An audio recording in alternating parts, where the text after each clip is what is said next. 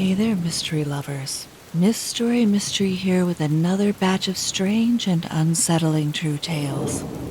Tonight's episode has it all. From a family getaway that took a chilling turn, to a stormy night in the woods that left behind more questions than answers. Settle in, maybe keep a light on, and get ready to dive into these creepy and mysterious stories.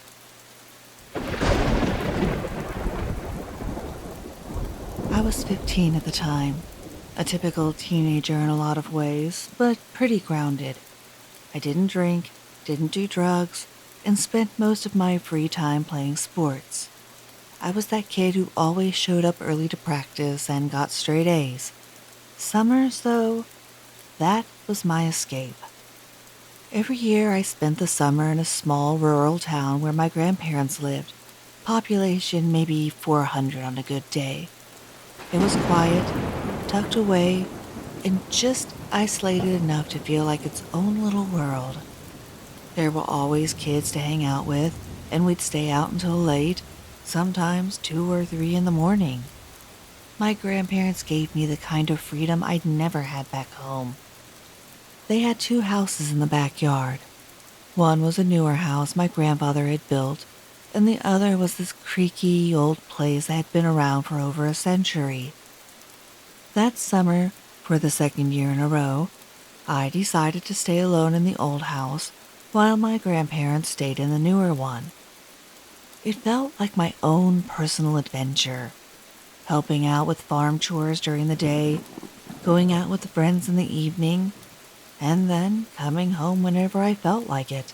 I loved it. Back then, I was also head over heels for this guy I'd been dating from my school in the capital city. First love. The real butterflies in your stomach kind. We talked every single day on the phone, usually for hours. One night, a massive summer storm rolled in. Thunder, lightning, the whole dramatic scene. The entire town lost power. Street lights went out, and everything outside was pitch black. You could hear the wind howling and the rain pounding against the windows. By around 11 p.m., I decided to go to bed. The storm was still raging, thunder so loud it rattled the bed frame, but somehow I managed to fall asleep. The next thing I remember is my phone ringing. I had one of those old Nokia 6303s. I opened my eyes, and everything was calm. The storm had passed, the sky was clear, and the street lights were back on. The screen showed his name. I answered the call, still half asleep, lying on my side with my eyes closed. We said hi, asked what the other was doing, the usual, but I was so drowsy that I must have fallen asleep mid-conversation. I remember nothing after the first 10 or 20 seconds.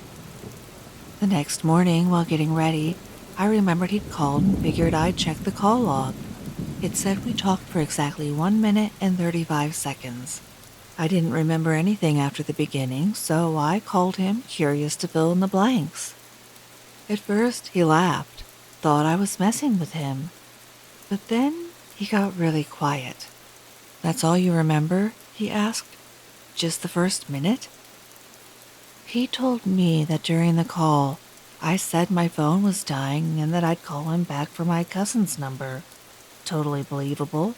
I had cousins in town, and that kind of thing happened all the time, so we ended the call. About 20 seconds later, he got another call, this time from an unknown number. And here's where it gets weird. He answered, and it was me again. Or at least, it sounded exactly like me. He swore we talked for 45 minutes. Said I told him I was using my cousin's phone and that he could save the number. We had a full conversation about personal stuff only he and I would know. I used the same phrases, the same tone, called him the pet names we always used.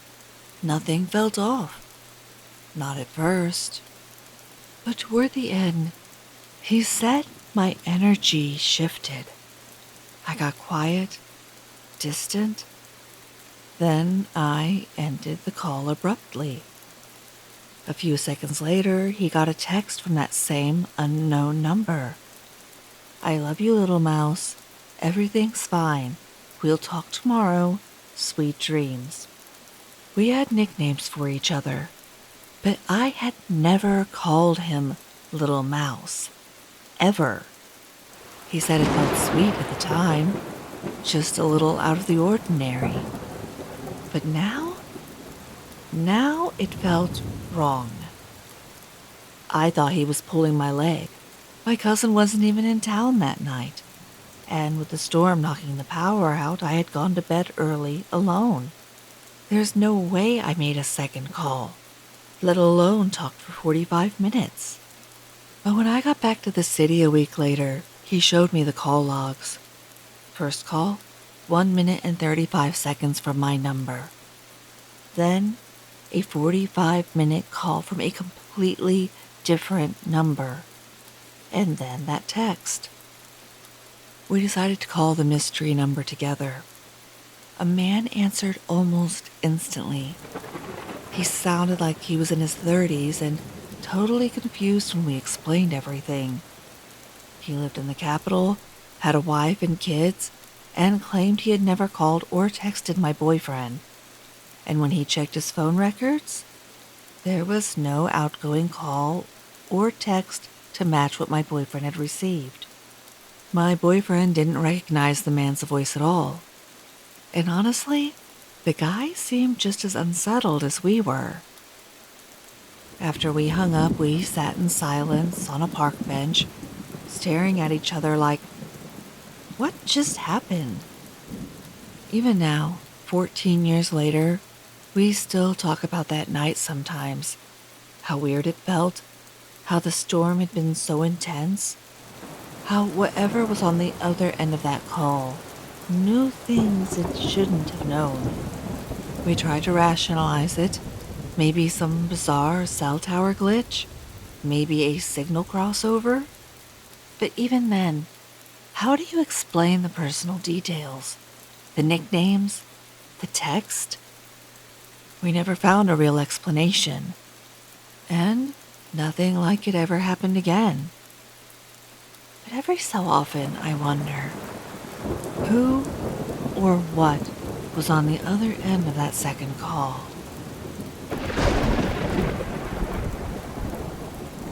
This happened about 15 years ago, so forgive me if the details are a little hazy, but the feeling, that stuck with me like it just happened yesterday. It was near the end of my junior year. Sometime around March or April, I got a letter, handwritten, folded neatly, slipped into my locker like something out of a teenage rom-com. It was sweet, something along the lines of, I've liked you since the first time I saw you, but I've never had the courage to tell you in person. I remember feeling flattered. I didn't grow up with a lot of compliments or attention, so having a secret admirer, I was over the moon. I'd read the letter every night before bed and wonder who he could be. Someone in my class? Someone I passed in the hall? It felt exciting. Then came another letter. And another. At first they came a few times a week. Then every day. Always left in places only someone paying close attention would know. My locker, my desk, even tucked beside my backpack. But back then, I didn't question it. I was thinking, wait, how does he know my whole schedule? I was too caught up in the fantasy. Then came the note that changed everything. He said he was finally ready to meet. Gave me a time, a place. Behind the school bleachers after class. I was giddy. I spent way too long on my hair, my makeup, trying to look just right for someone I didn't even know. School let out and I headed toward the field. By then, most students had already gone home, so it was pretty quiet. That's when I saw him. He was already there, or maybe he'd just arrived. A guy in a gray hoodie, pulled down low over his face. He walked strange, constantly glancing over his shoulder, like he didn't want to be seen. The way he moved, it was off. Instantly, something in my stomach turned. You know when your gut just knows? This was one of those moments. I stopped in my tracks, turned around, and walked straight to the nearest bus stop without looking back. That should have been the end of it. But it wasn't. The letters didn't stop. They changed. He started commenting on what I wore, how I did my hair that day, what he liked and didn't like. At first, it still felt like attention, in a messed up way. But then his tone got more demanding, more angry, telling me to stop ignoring him, saying I was being ungrateful, saying he was done waiting. And then he said he was going to come to my house. That was when the fear really kicked in. I realized he had to know where I lived. And suddenly, all those notes that used to make me feel seen, they made my skin crawl. Still, in some twisted way, I kept reading them. Maybe because I was lonely.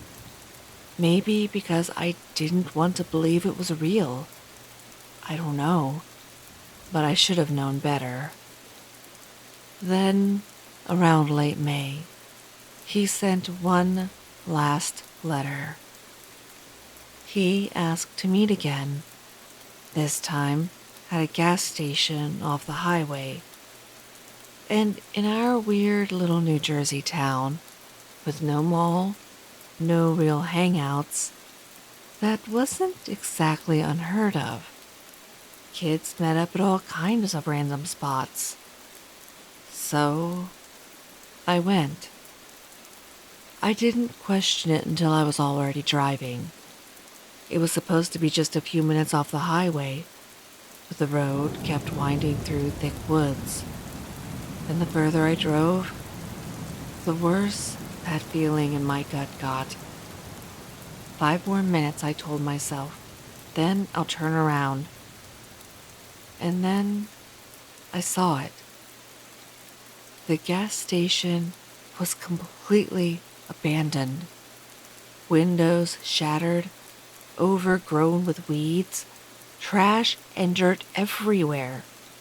It looked like no one had stepped foot there in years. And leaning against the wall by the entrance was a man in a gray hoodie. Same slouched posture, same face hidden by the hood. One hand deep in his pocket, holding something I couldn't see. And that's when the truth finally crashed down on me. This wasn't romantic. This wasn't cute. This wasn't safe. I slammed the gas and drove like hell, probably 90 miles per hour on an empty back road through the woods. I didn't stop until I saw other cars again. I don't know what would have happened if I hadn't left when I did. That summer, my family moved out of town. A fresh start. I put the whole thing behind me. Or at least I tried. Months later, I got a message from an old friend back home. Just a link, no context. It was a news article. A girl's body had been found behind an abandoned gas station deep in the woods. That same one. My stomach dropped. I couldn't breathe. I'll never know if it was the same guy. I'll never know what his real plan was. But I do know this. If I hadn't listened to my instincts that day, that story could have been about me.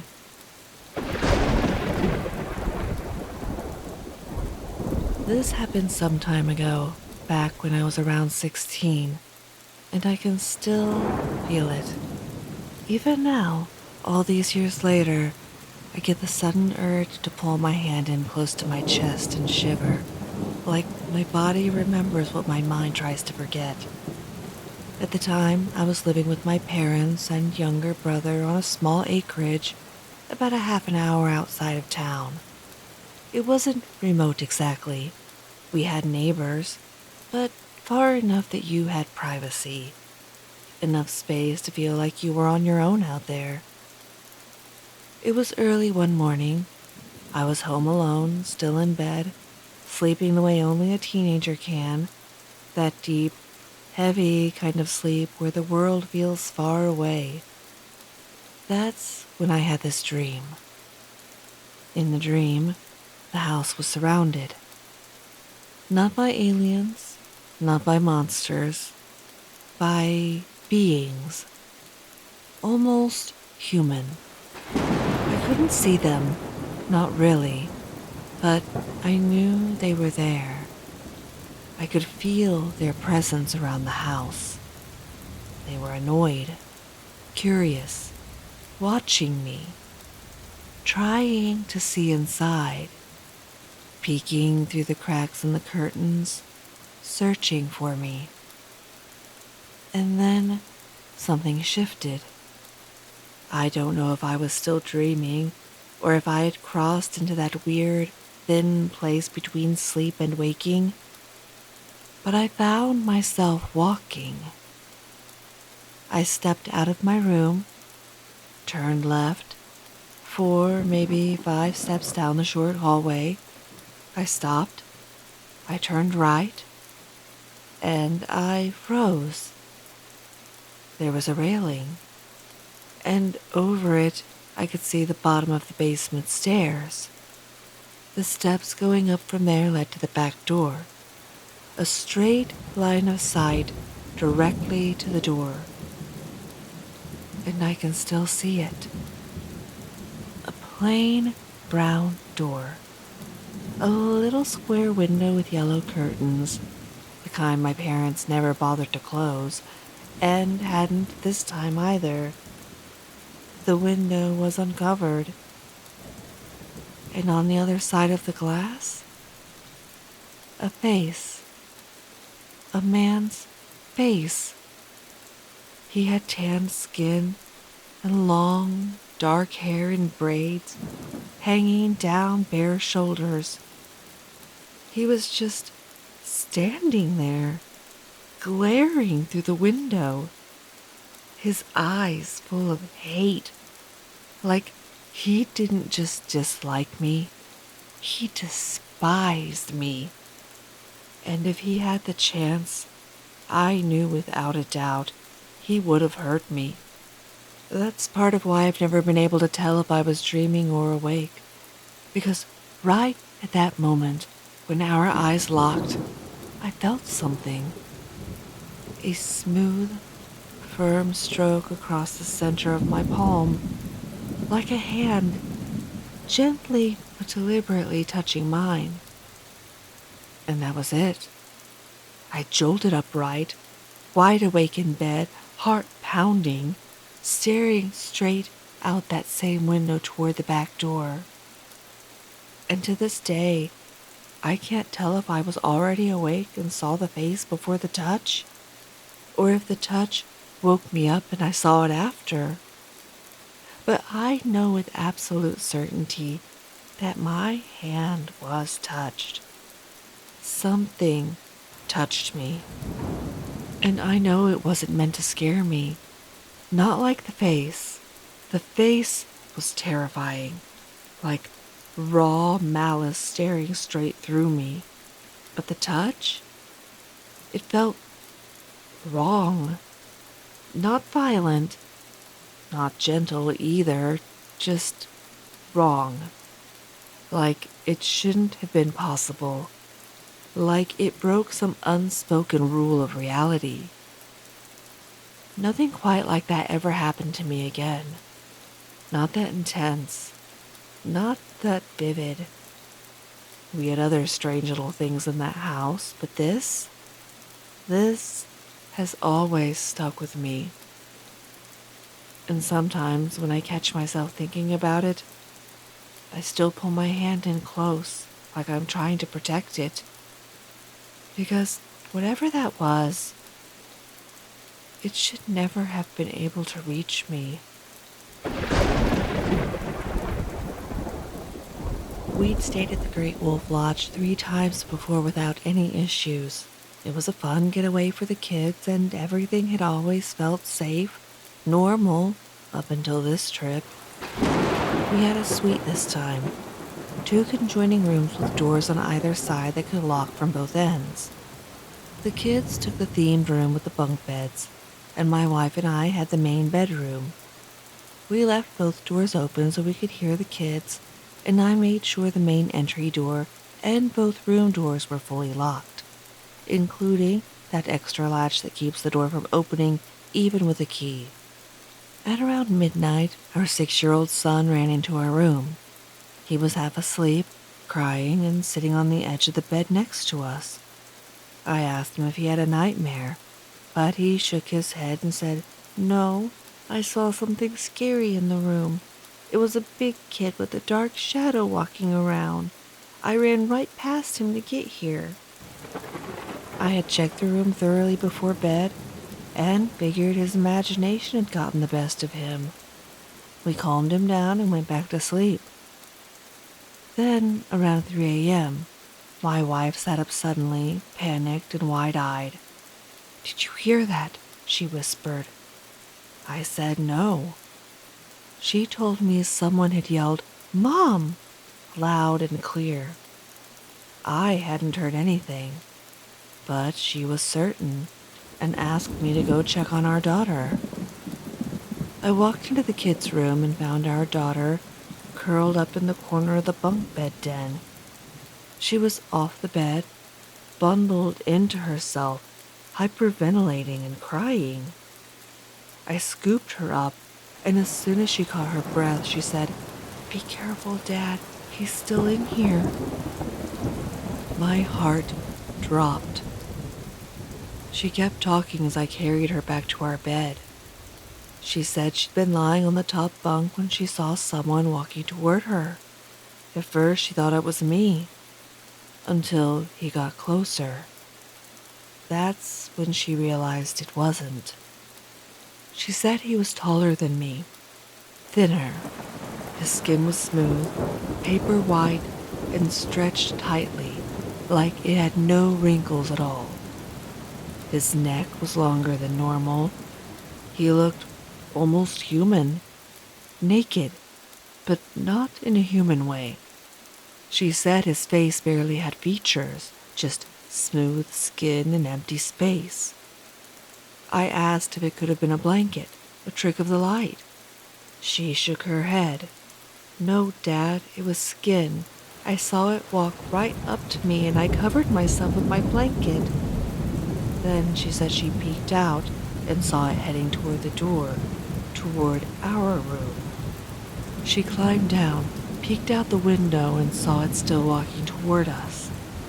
That's when she hid in the corner where I found her. She said she tried to stay silent because she thought if it hurt her, it would kill her. She was so afraid she considered running out into the hallway. Then my wife asked her, "If you were being quiet, why did you yell, 'Mom'?" And my daughter said, "I didn't. I didn't say anything."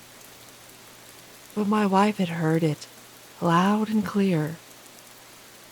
I told our daughter not to say anything to our son about what she'd seen, so we could compare their stories without influencing them. Both of our kids have always slept through the night in their own rooms. Neither had ever come running to us like that. especially not both in one night. We brought them into our room and locked the door behind us. My wife took an hour to fall back asleep, but I stayed up. I was too on edge. I left the hallway light on just to feel like something couldn't sneak up on us. That's when the closet light in our room suddenly shut off. It wouldn't turn back on. No flicker, no power. So I turned on the bathroom light instead. A little while later, I heard loud knocking coming from the conjoining door we locked earlier. I tried to tell myself it was the front door, but I knew exactly where the sound had come from. I debated whether to ignore it or check. I felt too vulnerable lying there not knowing, so I got up, slowly opened the door, and found nothing. The other room was empty. Lights still on, just like we'd left it. About 30 minutes later, my wife started thrashing in her sleep. She was having a full-blown night terror, something she's only had once or twice in her life. I woke her up and she sat up in a panic. She said she had dreamed she'd woken up in the same bed, gone to the bathroom in our room, and when she came out, the entity had tricked her. She was locked in the other room with it. She said she was pounding on the conjoining door, trying to get back to us before it got her. She was dreaming, but I had heard banging on that exact door just 30 minutes earlier. When morning came, we asked our son to describe what he saw. Without knowing what his sister had said, he described almost the same thing. A tall, white-gray figure with a long neck and glowing eyes, like a cat's eyes in the dark. He said it walked right up to his bed, speaking in a language he couldn't understand, and he ran past it to get to our room. As the sun rose, we finally gathered the courage to go back into the kids' room to pack, and the moment we walked in, we noticed a strange smell, like incense. It hadn't been there the night before. It reminded me of those stick incense everyone used to burn back in the 90s. Earthy, unfamiliar, and out of place. So, no, I never saw the thing myself. But I saw the panic on my daughter's face. I heard my wife sit up at 3 a.m. after hearing someone yell, "Mom." I witnessed the light go out and not come back on. I heard the knocking. I watched my wife have a night terror about the thing locking her in the other room. And both of my kids, who didn't talk to each other about what had happened, described the same entity in disturbing detail. I've never been much of a believer in the paranormal, but this left me with questions I can't stop thinking about. And I'm not sure I'll ever take my family back there again.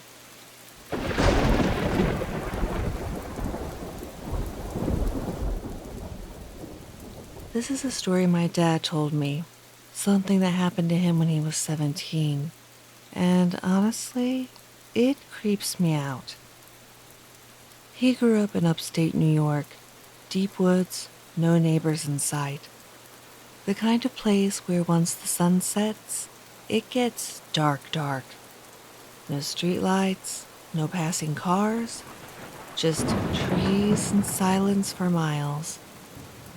Their house was a 2-story home that my grandpa had built himself, tucked way back from the main road. Now, people around there already whispered about the land being weird. Some said it was haunted. Others claimed Native American remains were buried somewhere nearby. There were stories, but my dad had never seen anything himself. Until this night. Everyone else was gone, visiting family in the city. He was home alone with a .22 shotgun for safety and their German Shepherd, Prince.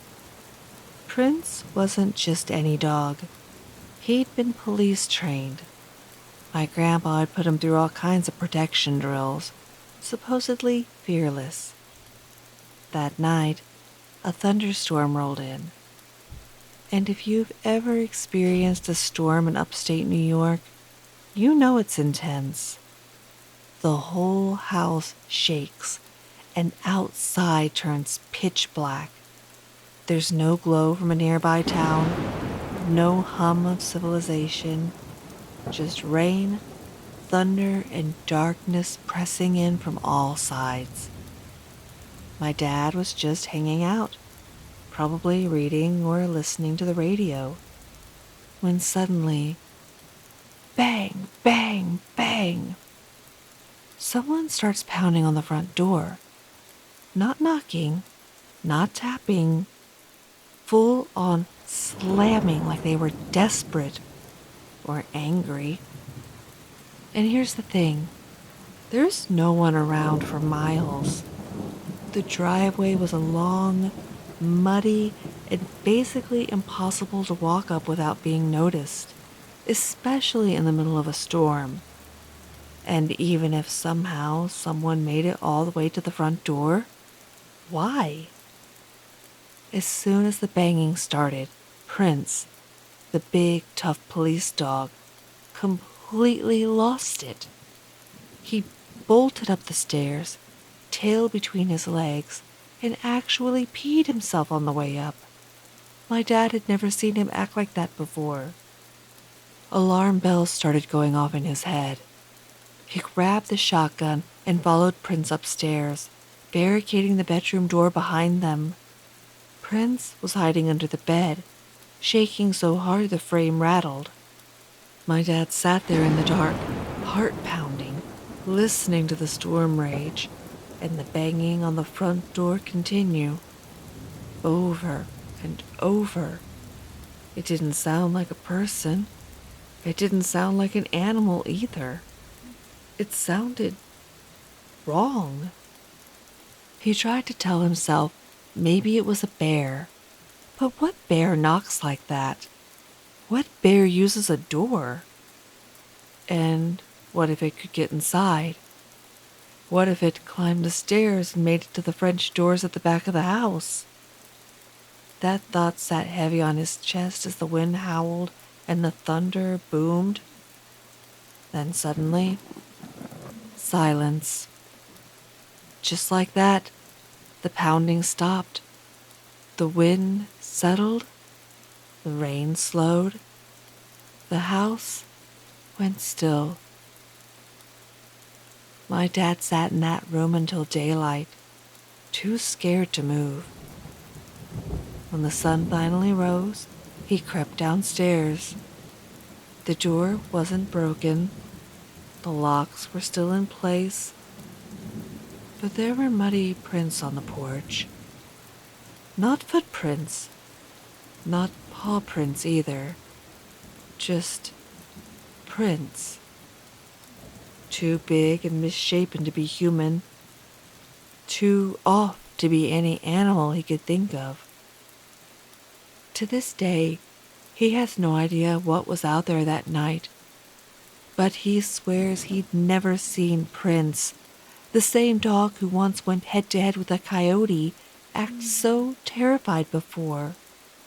So yeah, if you ever find yourself alone in a house in the woods during a thunderstorm, and someone starts banging on the door, maybe don't go check.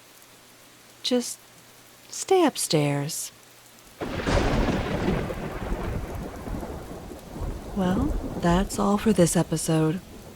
I hope these eerie stories gave you something to think about the next time the lights flicker or someone knocks on your door in the middle of the night. If you enjoyed my storytelling, please hit like, leave me a comment, and if you haven't already, subscribe to my channel. If you know someone who's into true creepy stories, feel free to share a link and help spread the mystery. And if you have a true story of the strange or unexplained, I'd love to hear it. You can email me at itsmisstorymystery@gmail.com. Your tale just might be featured in a future episode. Until next time, take care of yourself and stay spooky.